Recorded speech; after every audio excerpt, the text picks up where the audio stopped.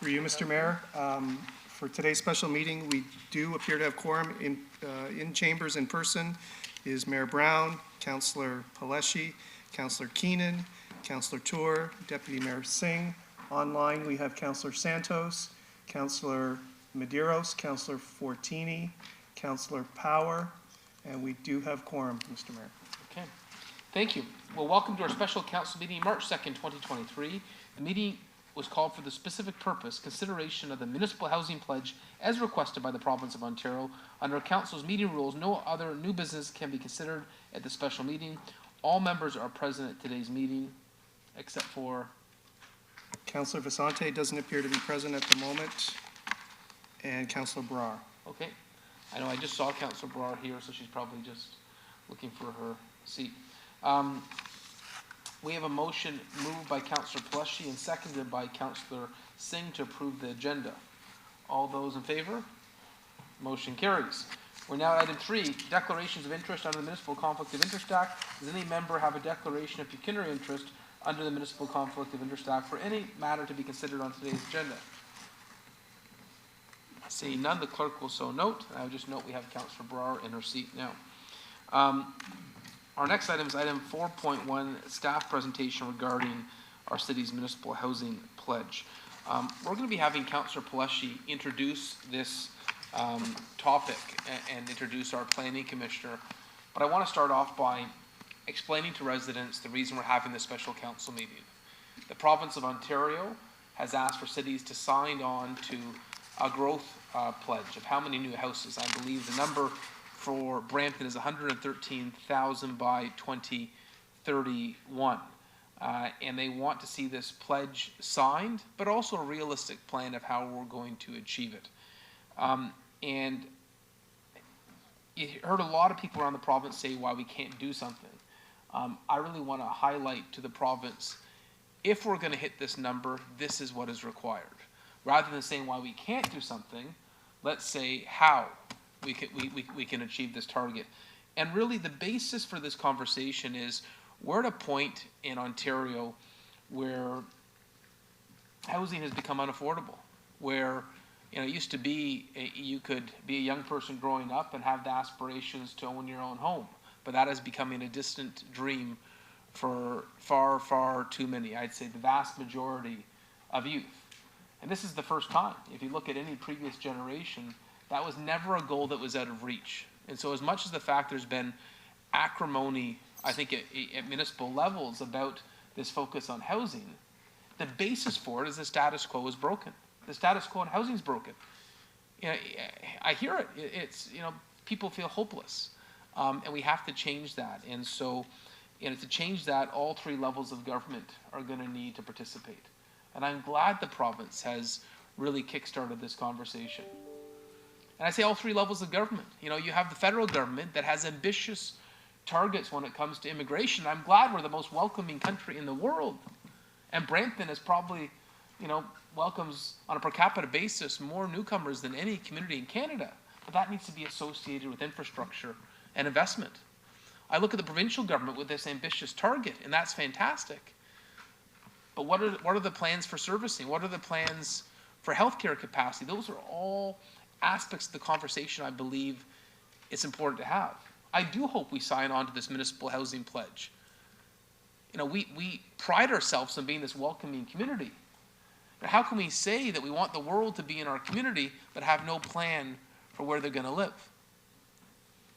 So I think as we sign this pledge, it's important to highlight the caveats necessary. And for those of us on regional council, we've had some tough conversations around servicing. I've spoken to Minister Clark's office a number of times directly about this. I articulated a direct example, on a transit growth corridor on Queen and Kennedy. I can't get servicing for. And they want to literally build density on a transit corridor, and we can't get servicing. And so we're going to need a lot of people to step up so that we can hit our target. I believe we can hit our target, but I think we'd be naive to say that we can do it on our own. And so I really hope that today's special council meeting can delve into this. Councillor Paleshi himself is an expert on this topic.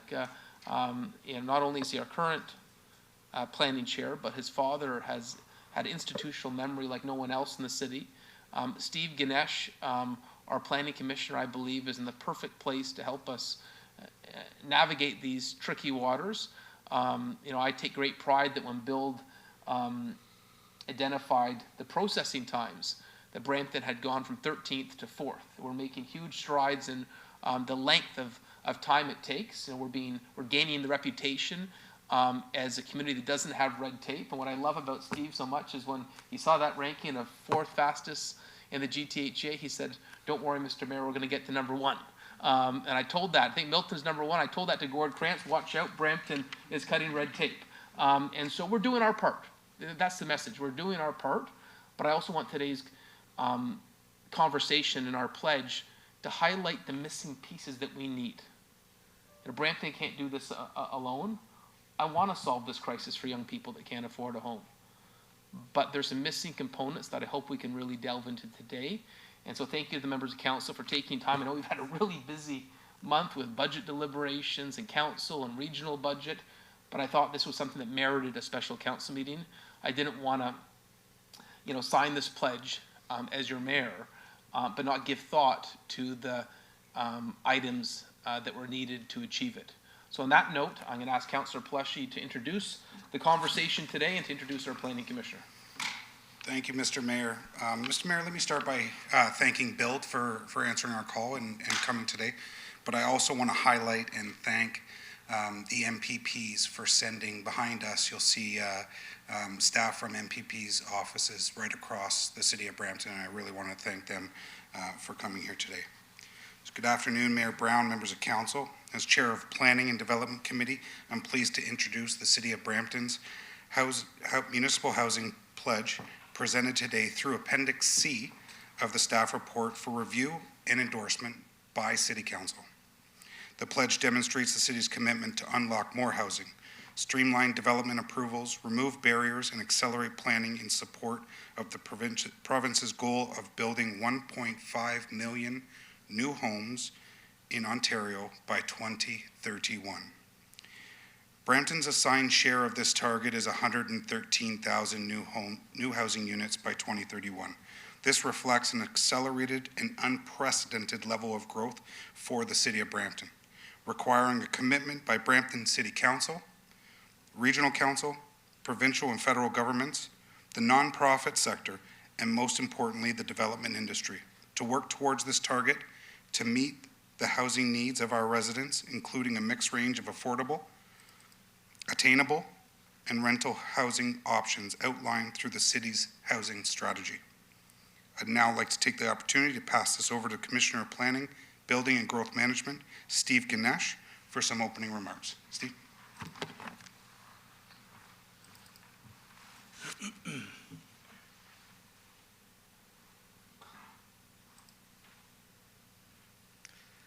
Thank you very much for those remarks, Chair Peleshy, and good afternoon, Mayor Brown, members of council, those in the audience, and those listening online.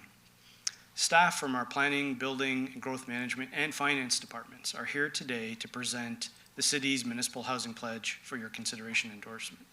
As you've heard, our pledge outlines a range of current and planned city initiatives that support the provincial objectives, underscores our need for partnership and investment to support this unprecedented growth, unlike no other that Brampton has experienced before.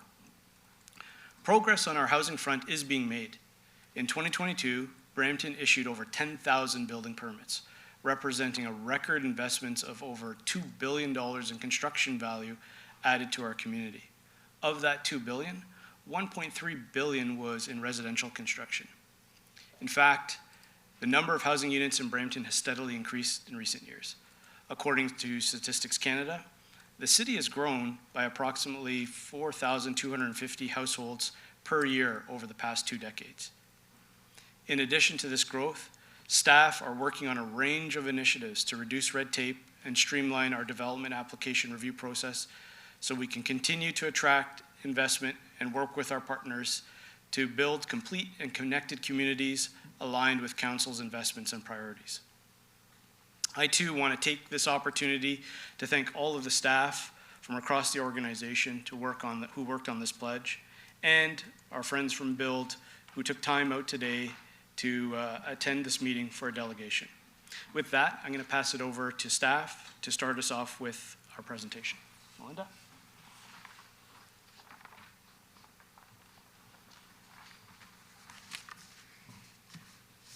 Great. Thank you, Commissioner Ganesh. Good afternoon, Mayor Brown, members of the council, staff, and everyone in attendance at today's meeting. My name is Melinda Yogendran. I am a policy planner with Integrated City Planning, and alongside Commissioner Kennard, I will be presenting on Bill 23 and the City of Brampton's Municipal Housing Pledge on behalf of Planning, Building, and Growth Management.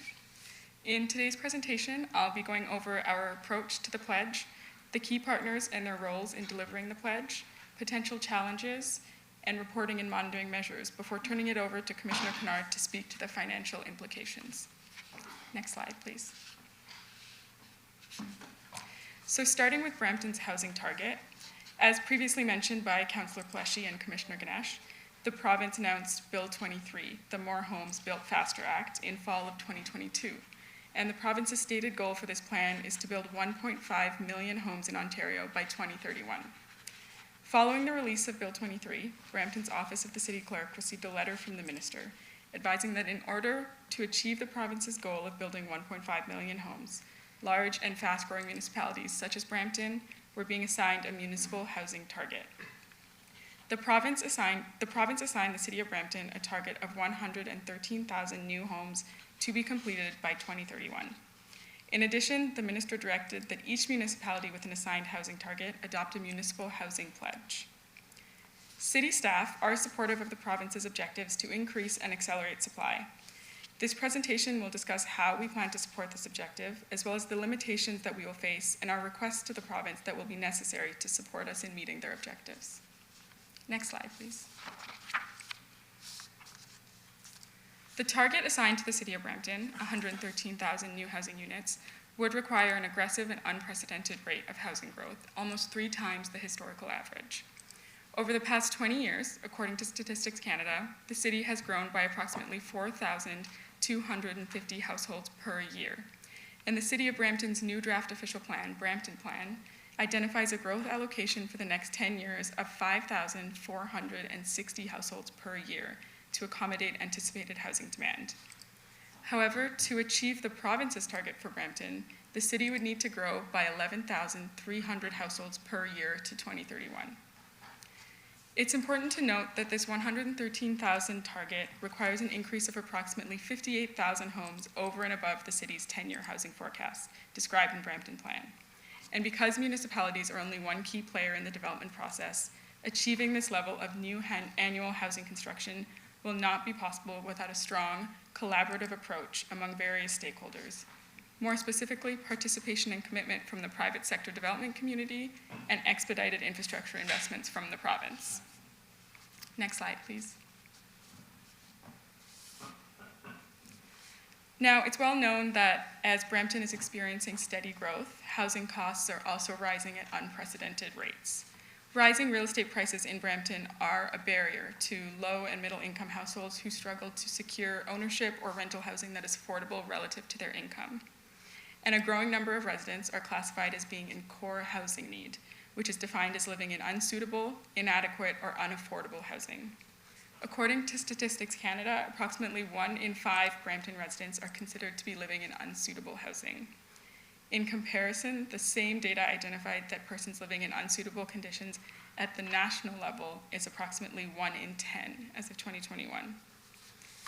Given these challenges, the City of Brampton is striving to not only accelerate new housing supply, but to continue to prioritize and address the lack of affordable housing options and reduce the percentage of people living in inadequate, unaffordable, and unsuitable housing conditions throughout the city. This is the main focus and mandate of Brampton's housing strategy, Housing Brampton, which was endorsed by Council in May of 2021, to ensure that we prioritize the needs of our residents and facilitate not just accelerated supply, but the right mix of housing supply. Next slide, please. So what are we doing to ensure this, to accelerate housing supply and facilitate a full mix and range of housing in Brampton? You can see on this slide the range of key city initiatives that we've included in the Housing Pledge, which are initiatives that staff are already working on and demonstrate the city's commitment to support strategic and accelerated growth. There is more information on each initiative in the pledge, but the initiatives include the Citywide Housing Incentive Program, the Housing Catalyst Capital Project, and a Missing Middle Study, which are all coming out of Housing Brampton. A development application end-to-end process review to streamline the development application process, official plan policies to prioritize development approvals, official plan and zoning bylaw reviews, and implementation of changes to MTSA and ARU policies introduced through Bill 23. Next slide, please. Thank you. So as I touched on earlier, to deliver and implement all of the city initiatives identified in the last slide, and to achieve the province's target, a wide range of stakeholders is critical, and each stakeholder plays a key role in delivering new housing supply and creating complete communities. I'll spend the next few slides going into more detail on the specific roles of the key stakeholders, but here we see the listed stakeholders: the development industry, the region of Peel, the province of Ontario, the federal government, and the nonprofit sector are all integral parts of meeting the housing targets set out for Brampton. Next slide, please. So first, I'd like to highlight the importance of the development industry. Of course, the development industry is responsible for the creation of new housing units, and the City of Brampton carries a positive relationship with the development industry in facilitating growth throughout the city. In 2022, Build ranked Brampton 4th out of 16 GTA municipalities for the fastest average approval times across all development applications. And over the past 3 years, an average of 6,680 residential units per year were approved. However, the city currently has 9,000 units approved and available for building permit issuance, and that's broken down as 2,000 vacant residential lots and 7,000 additional residential units, indicating a backlog in construction. The city can approve development applications, but it's critical that the development industry deliver units in a timely manner after approvals have been granted. Next slide, please. Also critical is the role of senior levels of government, specifically in delivering essential hard and soft infrastructure to support growth in new housing. The additional population growth associated with the province's housing targets would require significant increases across all regional and local infrastructure and municipal services, and that's particularly within the built-up areas where the majority of increased housing demand is anticipated to be directed. As previously presented to the Committee of Council on November 23, 2022 in the staff report titled Bill 23, More Homes Built Faster Act and Implications for the City of Brampton, with greatly reduced development charge revenues as a result of Bill 23, adequate and coordinated funding from the provincial government will be required to deliver this essential infrastructure and ensure that this cost is not placed on Brampton taxpayers. The city will also need to advocate for provincial funding and approvals for soft infrastructure. So that includes healthcare, transit, education, and social services, reflecting Brampton's current and future needs, as well as advocacy for new employment growth to support a local workforce. More details and a breakdown of the financial impacts on the province's target and this pledge will be provided by Commissioner Kennard in a few minutes, but I will note that to achieve the growth outlined in this pledge, the cost to the city is estimated to be $3 billion above our planned forecast. And again, Finance will provide more details on this. Next slide, please. And lastly, the role of the city in delivering our pledge. So first, continuing to support the development application process. There's already a significant level of growth and development happening in Brampton. Brampton is the fastest growing of Canada's 25 largest cities. It represents 90.2% of the net population growth within the region of Peel between 2015 and 2021. And as I mentioned, we're ranked 4th out of 16 GTA municipalities by Build for fastest average approval timelines.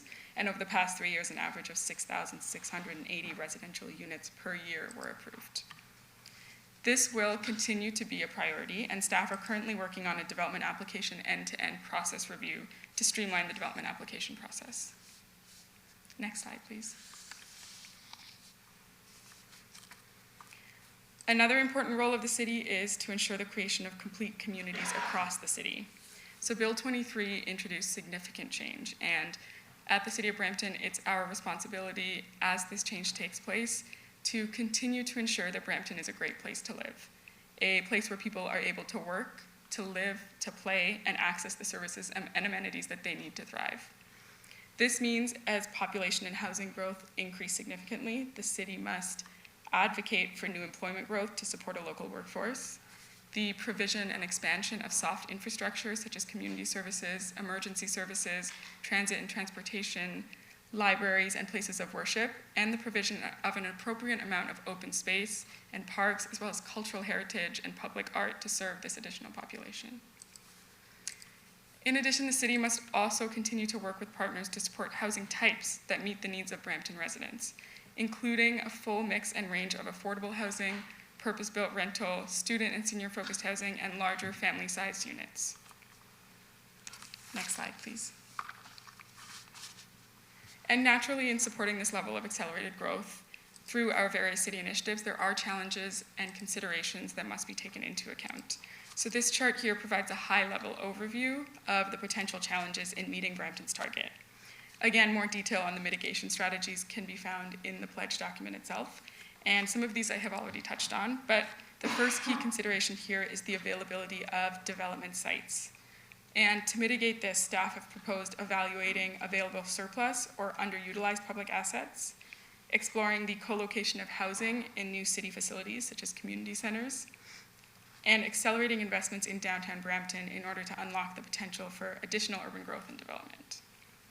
Again, investments from the provincial government for hard infrastructure and soft infrastructure and the creation of complete communities are critical to achieving the province's target. Another consideration here is the preservation of critical employment lands. Increased demand for housing will increase the pressure for conversion of employment areas, of which the city has a limited and finite supply, which could lead to negative impacts on the local economy. So to mitigate this, we request that the province prescribe stricter provincial policies to protect employment lands in the new policy instrument. And the last consideration listed here is the backlog of approved but not constructed units and the associated risk of ongoing land speculation. So this means developers acquiring land and holding on to it without moving forward with construction in order to wait for the cost of the land to increase, after which profit could be made. The city requests that municipalities be authorized to implement sunset clauses for site-specific zoning bylaw amendments. And a sunset clause would require a building permit to be issued within a certain time frame from the approved zoning bylaw amendment before the amendment is repealed. And this would ensure that development moves forward and site construction begins in a timely manner. Next slide, please. So the final thing I'd like to speak about before I hand it over to finance are the reporting and monitoring measures.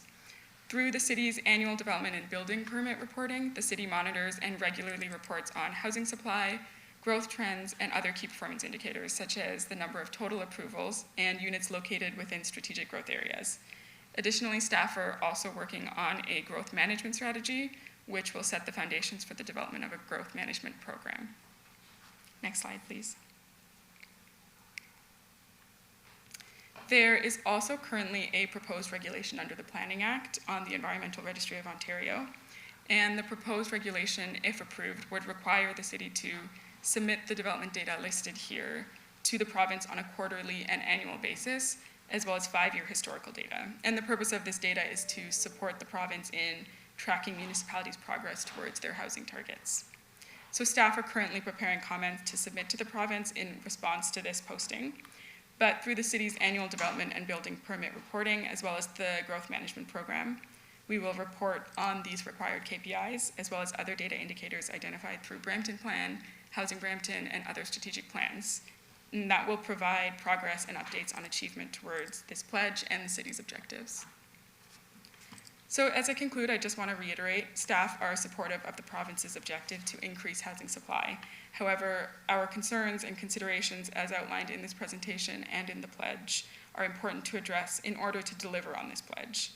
In addition, the financial implications of these commitments are significant, and I'll now pass it over to finance to speak on what this means for the city's budgets.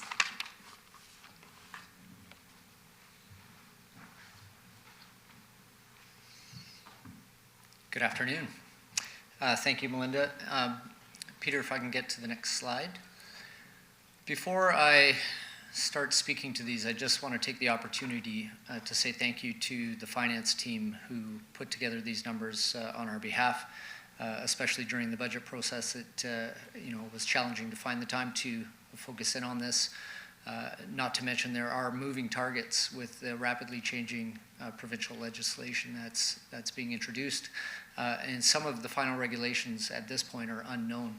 So we've had to make some assumptions in the numbers that you see before you today, but we're relatively confident that these provide accurate growth costs for the city to meet the targets that we're expecting. So thank you to Finance for your support. I also want to say thank you to Steve and his team. They've been fantastic to work with over the last week in putting this information together. So I do want to bring to light that, as Melinda mentioned, there's approximately $3 billion of a cost associated with the growth that we are anticipating under this housing pledge. We are a lower tier municipality, so I do want to highlight that there's an anticipated regional cost that goes along with this. The apportionment to Brampton we believe to be about $4.6 billion, and the school board at about $0.3 billion. Next slide, please. So we've based these numbers on the most recent development charge background study that the City of Brampton conducted. We do have anticipated growth going up to 2031 of approximately 40,000. And so we did take this into consideration when you look at the numbers that are before you today, that we had anticipated growth, and then the 113,000 on top of that makes up the difference. But it's almost a 65% increase. And the numbers include general government, library services, fire services, recreation, transit, public works, roads and related work, as well as the Bram-West NSTC. And as Melinda mentioned, growth is definitely possible, but we want to maintain quality of life for the residents of Brampton at the same time. And so apportionment of costs have to be associated to those amenities. Next slide, please.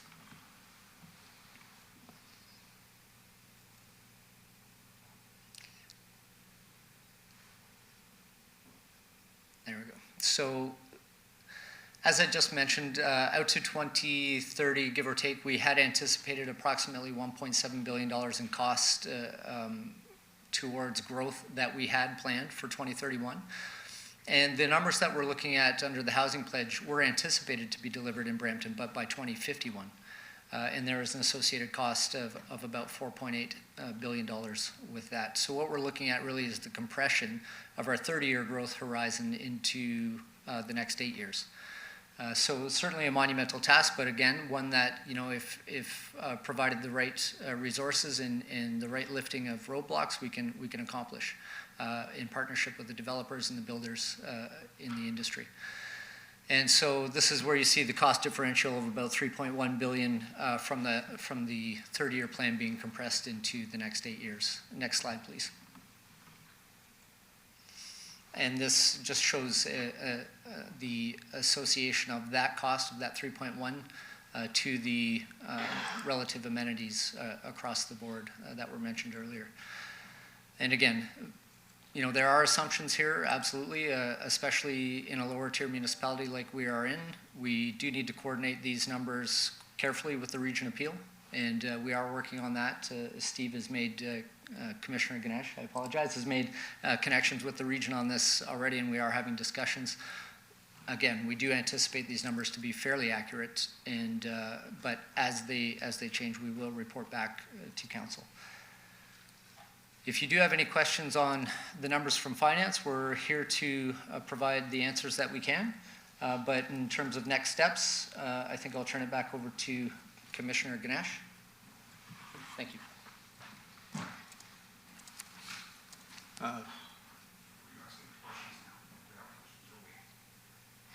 If I could just do the next step slide, and then certainly we could do questions. So just to quickly summarize here some next steps. As Rick alluded to, we are having some discussions with staff at the region to better understand sort of their cost estimates. And in fact, they've arranged a meeting with myself and Rick and a few others for tomorrow morning. We'll also be working through our finance team to refine the financial impact numbers you see before you today. And we'll be working through our long-term financial management strategy. And then, of course, council will recall they've directed staff to work with certain members of council to put together a Bill 23 task force. So we'll use that combined with council to report back on the progress of this work. With that, I'll turn it back to the clerk, and staff are happy to take any questions at this time. Councillor Pelletier. Thank you, Mr. Mayor. I guess I wanted to start, Melinda, thanks so much for your delegation to the report. I think you articulated it very, very well. It wasn't one of those just reading through everything. It was an extra spin. You can see that you have a lot of knowledge about this. I'm sure you've been working on it a long time, so thank you for that.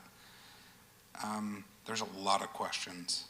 I have a lot of questions, regional questions, I think, that need to be posed today and supported by city council today and sent to the region on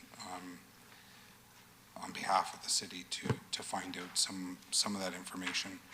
When they hit us with a $20 billion price tag, and Rick, you referenced that the region is more of, where was the region's? 4.6 billion, sir. 12.6? 4. 4.6 regional cost. I don't know so we don't know of the $20 billion, how much is that attributed to Brampton? But you're saying 4.6 of it is attributed to Brampton? Through you, Mr. Mayor, we did estimate about 4.6 attributed to Brampton out of the 20. So that makes me question a lot of those, the numbers at the region, and unfortunately they didn't have a lot of the answers that we were looking for. When you go to the slide, breakdown of total city cost, and you have the different departments and the costs thereof to equate to the just over $3 billion,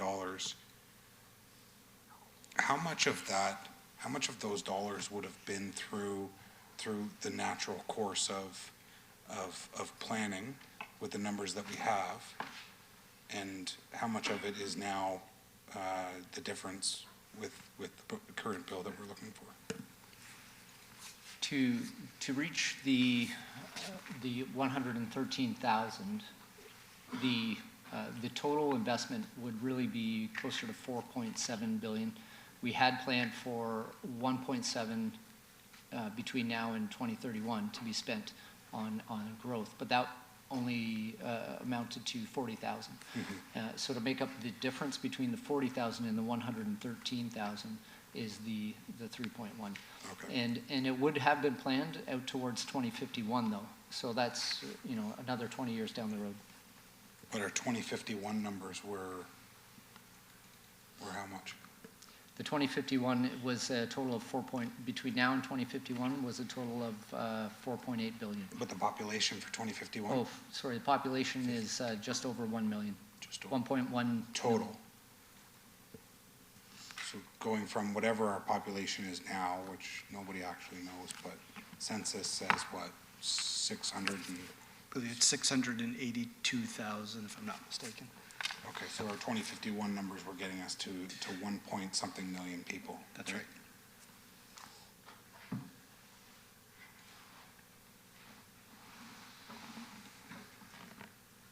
Okay. So I have some of the questions that I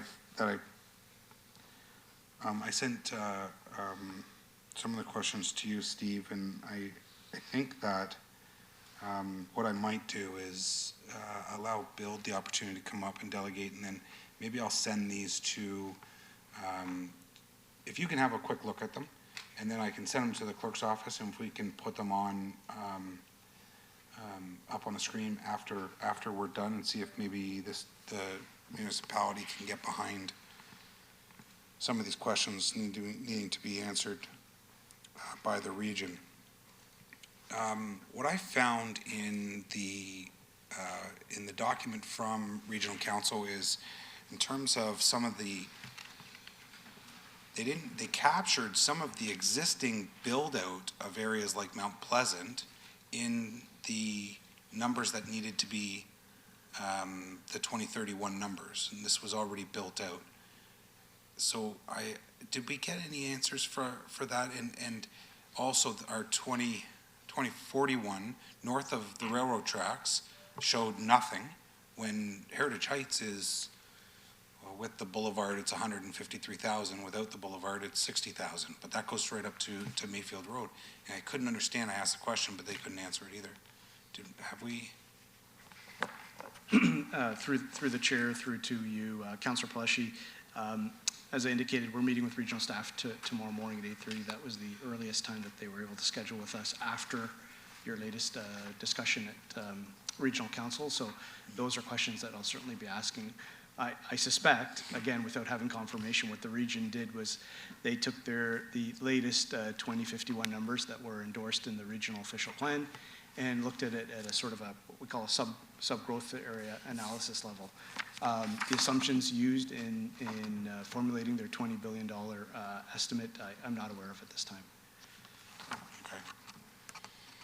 I really want to hear, I'm glad that Build came, and I really want to hear what they have to say. I guess my last question is, do we know of any municipality that has ever met their housing targets? And if there are any municipalities, including us, because we've never met our housing targets, have we ever been punished? Through the chair, through to you, Councillor Pelletier, I'm not aware at this time any municipalities that have actually reached any of both their employment or population targets to align with the growth plan horizon year. And in terms of repercussions from the province, I'm not aware of it this time. Okay, and it's not like we haven't tried. We try, for sure. Okay. Thank you, Mr. Mayor. Thank you, Councillor Pelletier. On this slide here, detailed cost breakdown, how much of this cost is covered by development charges? Mr. Mayor, these costs would have been fully recovered through development charges under the regime prior to Bill 23.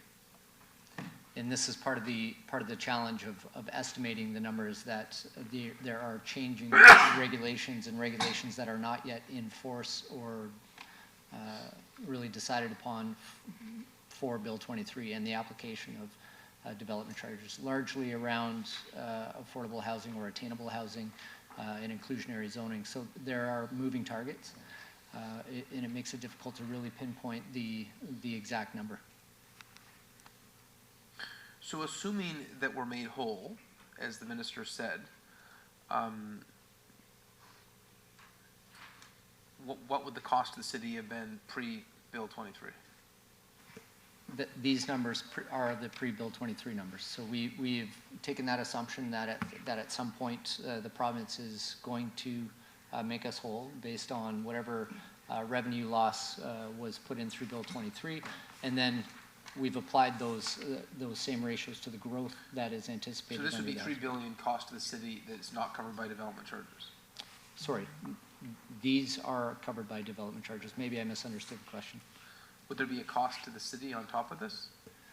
There could be associated costs to the city. I mean, the things that aren't covered under DCs in terms of soft costs of operations of the rec centers that go along with the growth and the libraries and that type of thing, yes. Those would be what general property taxes pay for, okay. Okay, so the big question mark continues to be Bill 23, and the hope the minister is sincere in his comments that housing support and infrastructure, the city would be made whole on. I guess the big question mark on cost too is, and this is done on a regional level, is servicing. And so I know it's difficult. Haven't got the specific answers that we'd like. But when we pass this pledge, I think that needs to be one of the caveats in the language that is articulated. Steve, I'm sure you looked at some of these other pledges that have been signed. Yep. Through you, Mr. Mayor, in fact, the pledge actually articulates the fact that the need for regional servicing infrastructure to support the growth numbers in our pledge.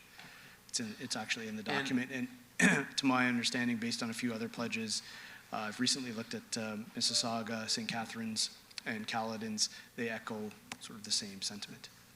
Now, I know we've got some projects that are, our ability to grow is constrained because of, flood mitigation requirements. You look at the Riverwalk at TRCA, when we look at our ability to hit these numbers, obviously, those projects will be necessary. And so have we factored that in terms of the cost components? Like you look at Riverwalk itself, Steve, the housing potential that means. And I know right now that remains, I believe there's been a federal commitment, a local commitment. We're hoping for a provincial commitment on that Riverwalk, and the province has been very collaborative. I know the MPPs have said they're working on that. But I think it's important to highlight projects like that as part of our overall commitment that is necessary. Riverwalk alone, how much housing does that unlock? Through the chair, totally agree with you, Mr. Mayor, in terms of underscoring projects not only like Riverwalk, but BRT along Queen Street, your Ontario LRT, so those projects are specified in our pledge. And to your question about Riverwalk, it'll unlock, that'll lead to about 4,800 residents and 2,000 residential units just in the downtown alone. Right now in our downtown boundaries, we have development applications to the tune of 7,000 units. So 2,000 of those could be unlocked by Riverwalk. Okay, thank you. I don't see any other additional questions. Should we go to the build presentation then, and that would be next? So we'll need a motion to receive the report from our Commissioner of Planning, Building and Growth Management. Yeah, receive the presentation. Moved by Councillor Palleschi, seconded by Councillor Tour. All those in favor? Motion approved to receive the presentation. Now we have a delegation from the Building Industry and Land Development Association, and it's Dave Wilkes, Jason Sheldon, and Justin Sherwood. Please come forward.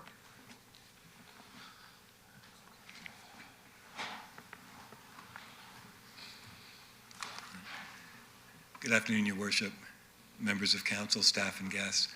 I believe it was a request through you, Your Worship, if we could have possibly 10 minutes for our presentation today. I see a motion from Councillor Tour. Anyone opposed?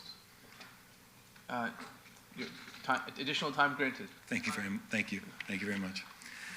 My name is Jason Sheldon. I'm Executive Vice President, Land at the Remington Group, and I'm also Chair of the Build Board of Directors. And it is my honor to be here today. I'm giving my opening remarks the title, Transition Through Continued Collaboration with Build, and I want to emphasize the important words of transition and collaboration. I think we can all agree that, setting the pandemic aside, 2022 was a year like no other, a year that our provincial government demonstrated their resolute position to increase housing supply and the associated jobs in Ontario. At no other time in history have we seen a provincial government this committed. The steps taken are bold.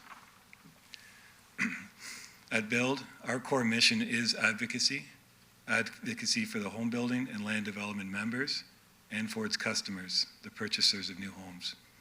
Housing supply, jobs, and how we proceed with building the healthy and vibrant communities that our current and future home buyers need is at the forefront of any discussions we have with our municipal partners. Build members understand that to meet the needs of families now and into the future, that we have to collectively and collaboratively find the best ways to navigate the challenges to realize success.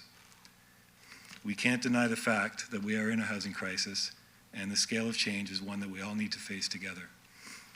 We know there's a lot to navigate, new policies, new rules that we all have to work through together for our mutual customers, the new homeowners. Building 1.5 million new homes in a decade is a challenge to our sector, and one that we must use our best efforts to meet. This is why Build is committed to working with our partners like the City of Brampton as we transition through new rules and the housing regime together. At Build, we have always been extremely proud of the working relationship we have with the City of Brampton. The level of dialogue and information exchange and honesty that you bring forth with any item that we discuss helps us to tackle it better together. And it shouldn't and it won't be any different with the new rules that we have to navigate together. Our Build members want to make sure that we continue to work with you through this legislative transition to maintain the success and to maintain the strength and collaboration. We must mutually seek efficiencies in processes and administration to speed up getting shovels in the ground, and we know we can count on you to continue to adapt and transform practices and processes to realize this success. I encourage us all to accept the challenge and embrace the new approaches that are required to collectively fix the housing supply crisis. It is the regulatory and policy decisions we make now, the choices we make collectively today, that will determine whether the house of the future gets built at all. We will be your partners in transition as we move forward together to get it right, and we look forward to continuing work with the City of Brampton to build vibrant communities for future generations. Thank you for your time.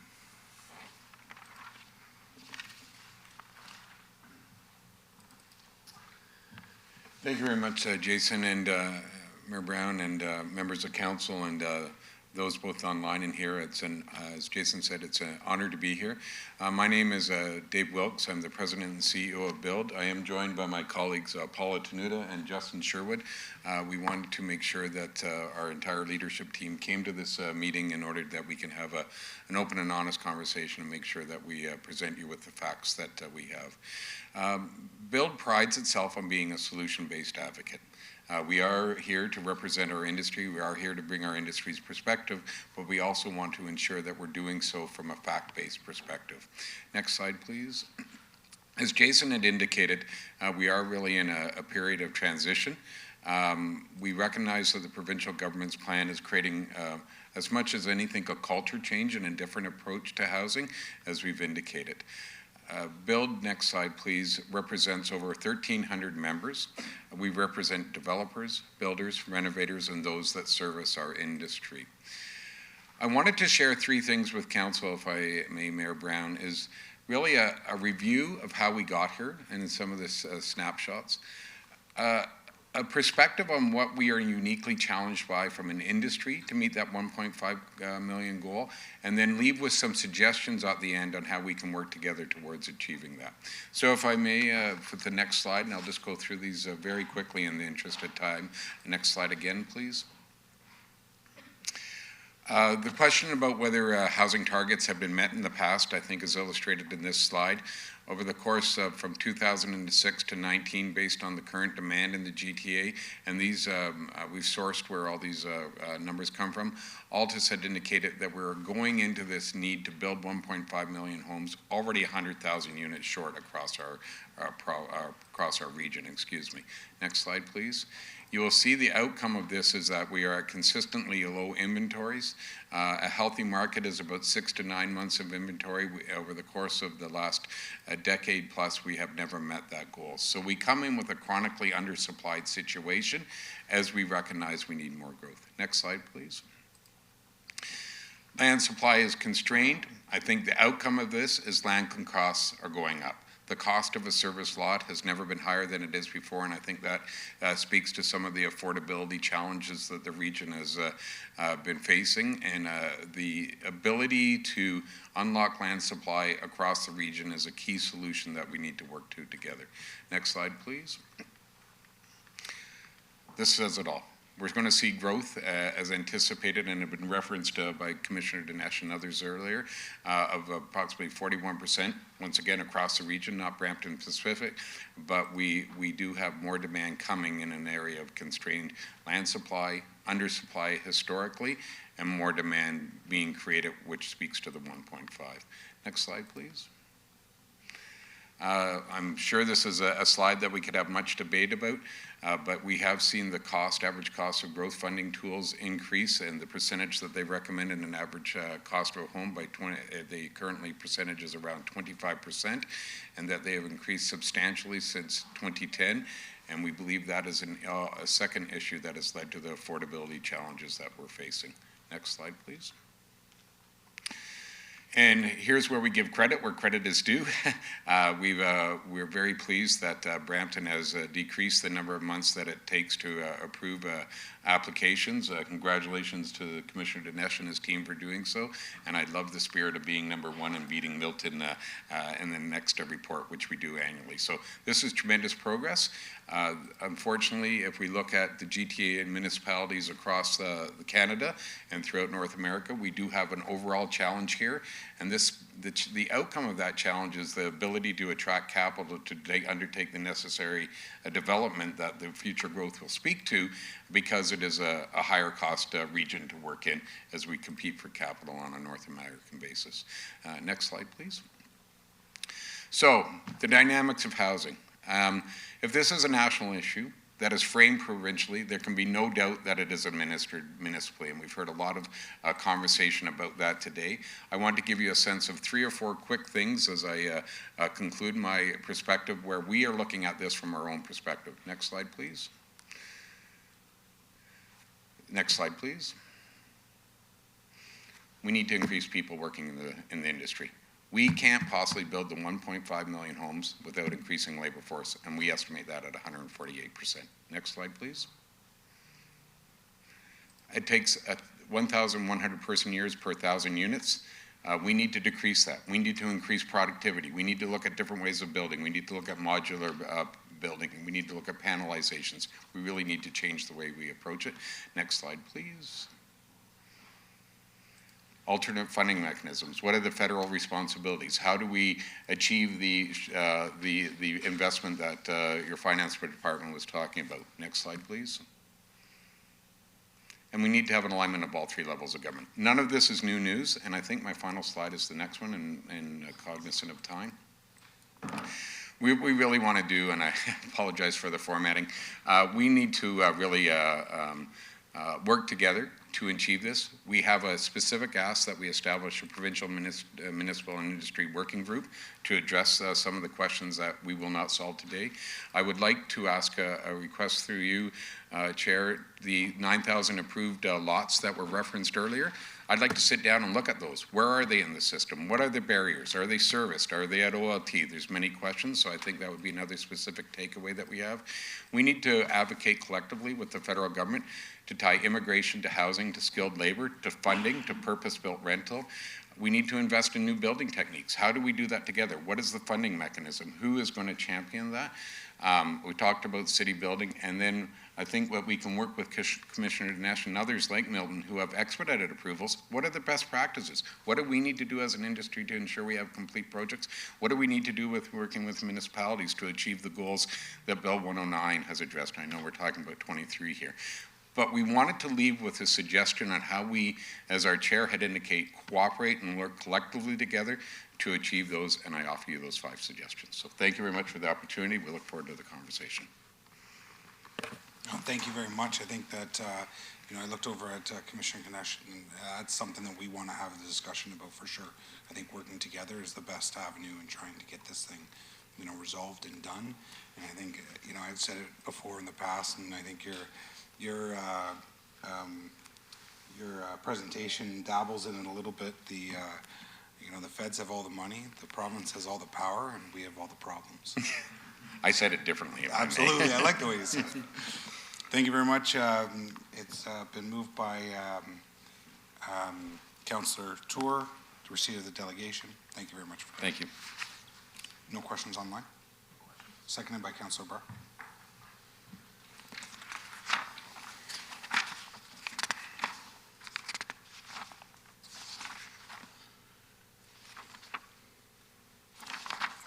Sorry, what do we have? We have correspondence. Through you, Mr. Chair, there is correspondence 6.1, which is the letter from Minister Clark, and that can just be received. And then what's remaining is 5.1, which is the staff report with the operative recommendations for council's consideration. Okay. Are there any members of council that have any questions about the staff report?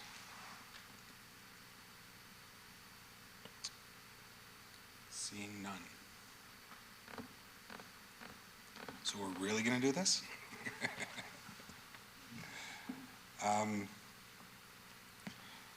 It's been moved by Councillor Tour, seconded by myself, that the Municipal Housing Pledge Bill 23 be approved. that the report from Melinda Yogendran, Policy Planner, Integrated City Building, Planning and Building and Growth Management, dated February 27th, 2023, regarding the recommendation report, Municipal Housing Pledge Bill 23, to the Special Council meeting of March 2nd, 2023, be received. That the Municipal Housing Pledge attached to the report titled Municipal Housing Pledge Bill 23 as Appendix C be endorsed. That the Municipal Housing Pledge attached to the report titled Municipal Housing Pledge Bill 23 be sent to the Region of Peel, Town of Caledon, City of Mississauga, and Building Industry and Land Development Association for information. And that council direct the city clerk to submit the endorsed Municipal Housing Pledge to the Minister of Municipal Affairs and Housing to meet the provincial deadline of March 22nd, 2023. I call for a recorded vote.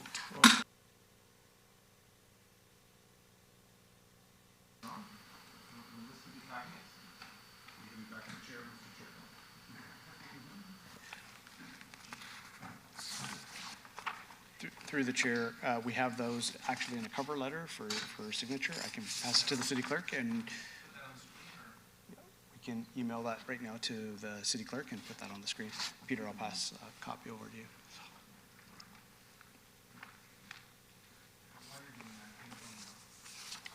Councillor Pelletier. And yours is being emailed to the clerk so everyone can see? Yep. And then just with respect to my questions were really, designed around to ask the regional council, but have you and your staff had an opportunity to look at them, Steve? Through the chair, I just briefly looked at them now. I did send a response. I'm in agreement with the nature of those questions. I provided 3 additional ones that for your consideration along with other members of council. Okay, so do we meet again prior to regional council? I believe the next regional council meeting is March 9th, but I stand to be corrected through the clerk. Do we have committee of council March 8th? Yes. At March 8th, Peter, can we, if we have a submission to regional council, can we move that at committee of council to be sent to the March 9th regional council meeting? Through you, Mr. Chair, it could be under the government relations item, standing item on the agenda, and then it could be conveyed to the region for their meeting the next day. Noting that it's the committee of council recommendation, subject to concurrence by council, but yes, that's happened in the past. So, okay, let's do that then. Thank you, Mr. Mayor. so do we have this on the screen? So I don't have any documents yet to display. Through the chair, if you look in your email, Peter, from Shannon Brooks Gupta, you should see an email there with the document put on the screen.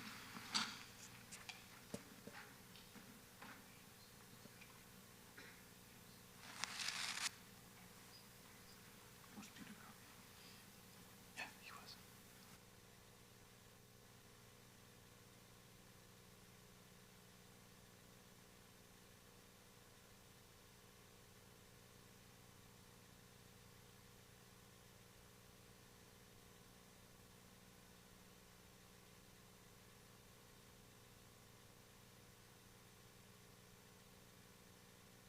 Okay, I'm going to request a 10-minute recess just to wordsmith this document here.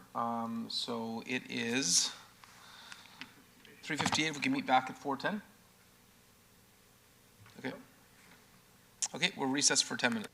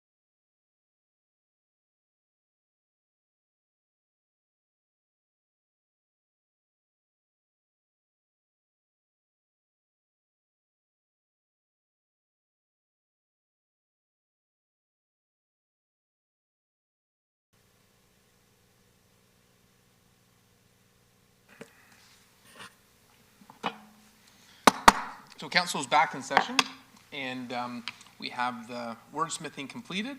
I'm going to ask the clerk to go through the language associated with the motion. So through you, Mr. Mayor, so first the staff recommendations which are on the screen. The clerk's office has included after Appendix C in Clause 2 as revised to include a cover letter of endorsement, as well as, I believe there's a revision to Appendix C, which is the actual pledge. So Charlotte, if you can also say a revised Appendix C as well. And I'm going to display through you, Mr. Mayor, to members of council, the actual covering letter, which includes some of the language, the caveat language that was mentioned before the recess.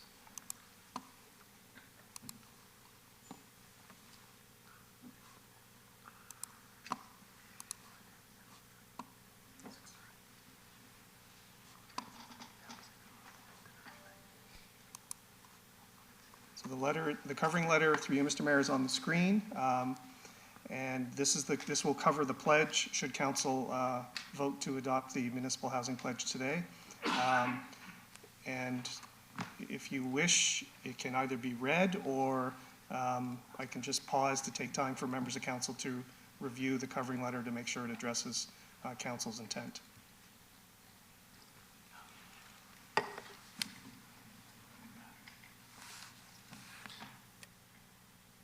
I think we can take it as read, but does everyone want to have a chance just to, on the screen, read it over? No, I'm good. Okay. We trust her, Mayor. Okay. We should at least show it on the screen.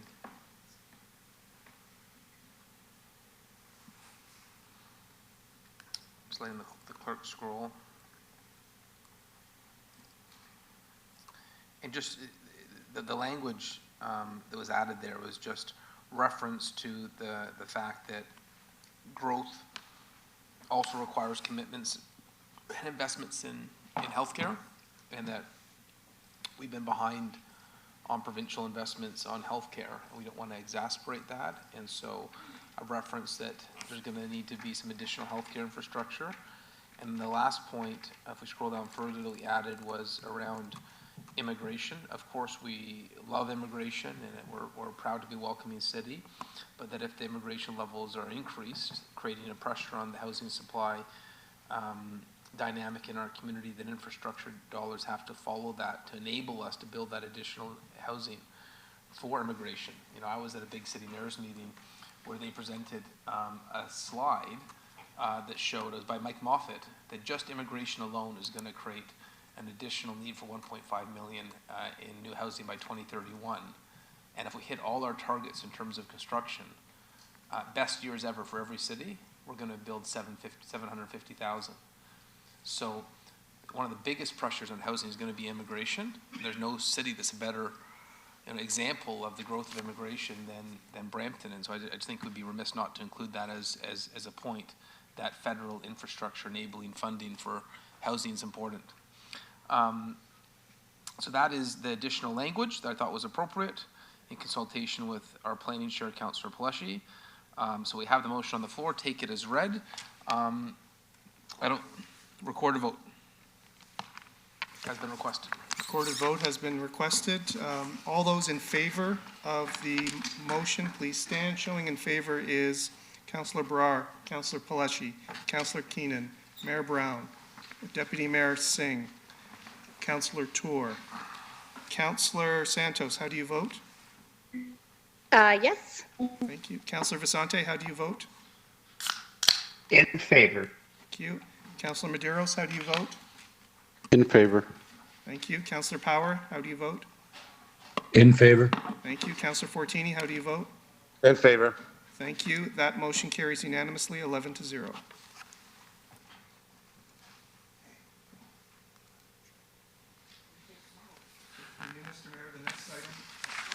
The next item on the agenda is just 6.1. This is the letter from Minister Clark. This is just for receipt. Okay, a motion moved by Councillor Brard to receive the letter from Minister Clark, seconded by Councillor Santos. All those in favor? Motion carries. Receive the correspondence. Then our next item is public question Are period. there any questions? There's a 15-minute time limit for questions from the public. I'll ask the clerk if there's any questions submitted during the course of today's meeting. Through you, Mr. Mayor, I'm just going to check online. We do not see anybody in the audience coming forward, and there are no questions submitted to the clerk's office. Okay. This takes us to confirming bylaw, which is item 9. I have a motion moved by Councillor Singh and seconded by Councillor Brar to approve the confirming bylaw to confirm the proceedings of the decisions from this meeting. All those in favor? Motion carries. This takes us to adjournment. Our next meeting is March 9th, a special meeting for budget, and of course Wednesday, April 5th and Wednesday, April 19th. I have a motion moved by Councillor Singh and seconded by Councillor Vasante to adjourn today's meeting. All those in favor? Motion carries. Thank you to Steve and the planning department for helping put this work together. Yep.